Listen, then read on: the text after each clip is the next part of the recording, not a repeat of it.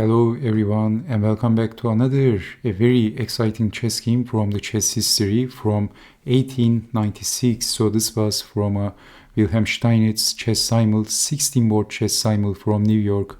So Wilhelm Steinitz had the white pieces, the first official world chess champion, and his opponent was Martin, an unknown chess player. So we have basically the Vienna game, and this f4 was the Vienna Gambit.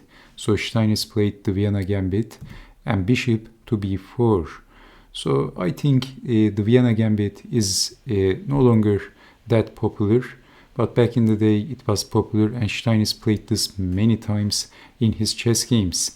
So if accepting the Vienna Gambit, then we have pushing the pawn, or d3 is also possible, and if g5 then h4. And in this position, instead of developing the bishop, black should have considered d6 or d5. These two moves would have been better, but bishop to b4, believe it or not, was already a weak move. Because of this, Steinitz simply captured the pawn, the best move, and attacking the knight. So bishop takes knight, but after capturing the bishop, knight takes on e4. And what's wrong with this picture? Now white has counterattack, queen to g4, both attacking the knight and also attacking the pawn. So Mr. Martin failed to see this. Knight to g5, but here comes d4. And Steinitz has a pretty strong center, even though his pawn structure has been damaged. So this doesn't look amazing for black. So we have h6, but if knight to e6, then d5. So knight is defending, but this time attacking the knight. So pushing the pawn, liberating the bishop with attacking the knight, h6, and then simply capturing the knight. And if queen takes bishop, queen to e4, and the computer engine says white is a little bit more better because of this strong center. But we have h takes on g5 and knight to f3, f6, defending, and bishop to d3, targeting the weakness with developing the bishop, queen to e7, and Steinitz simply castled, and black is far behind in the development. Steinitz won the opening battle, which is a very important part of the chess game. Big advantage for white.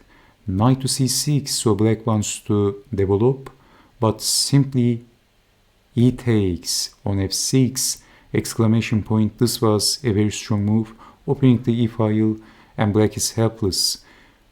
Because of desperation, we have check and temporary, giving some time for black and nothing else. This move does nothing. But if capturing the pawn, then rook from a to e1, and black is ready for another game. And if queen takes, then knight takes. Of course, this is also losing for black. Look at the king. It's wide open, and there's a discovery attack to the queen. This is looking horrible. So after opening the file, we have check, and then queen to f4. Black desperately wants to exchange the queens, but Steinitz increases the pressure. F takes on g7 with attacking the rook. So after defending the rook, now maybe white must do something about it because the queen is under attack. But Steinitz played rook check, and after blocking with the knight, he played a very cool move. Knight takes on g5, sacrificing the queen. But after this move, black played another desperate move. It looks from bad to worst. It is getting from bad to worse. So queen takes on f1, and black has nothing better than this. Because if exchanging the queens, then can you see the idea? Then bishop to g6, so using this knight for blocking the queen. A smart idea by Wilhelm Steinitz. So this is the only move, knight is pinned, but then rook up, only move, and black is getting checkmated, queen. So knight takes on g5, and then queen takes on f1 because of desperation.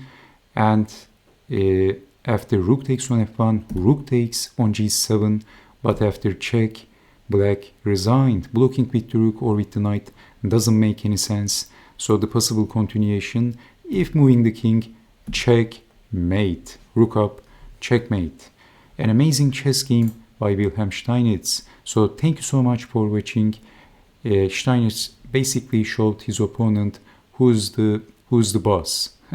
So thanks again. Take care and bye bye.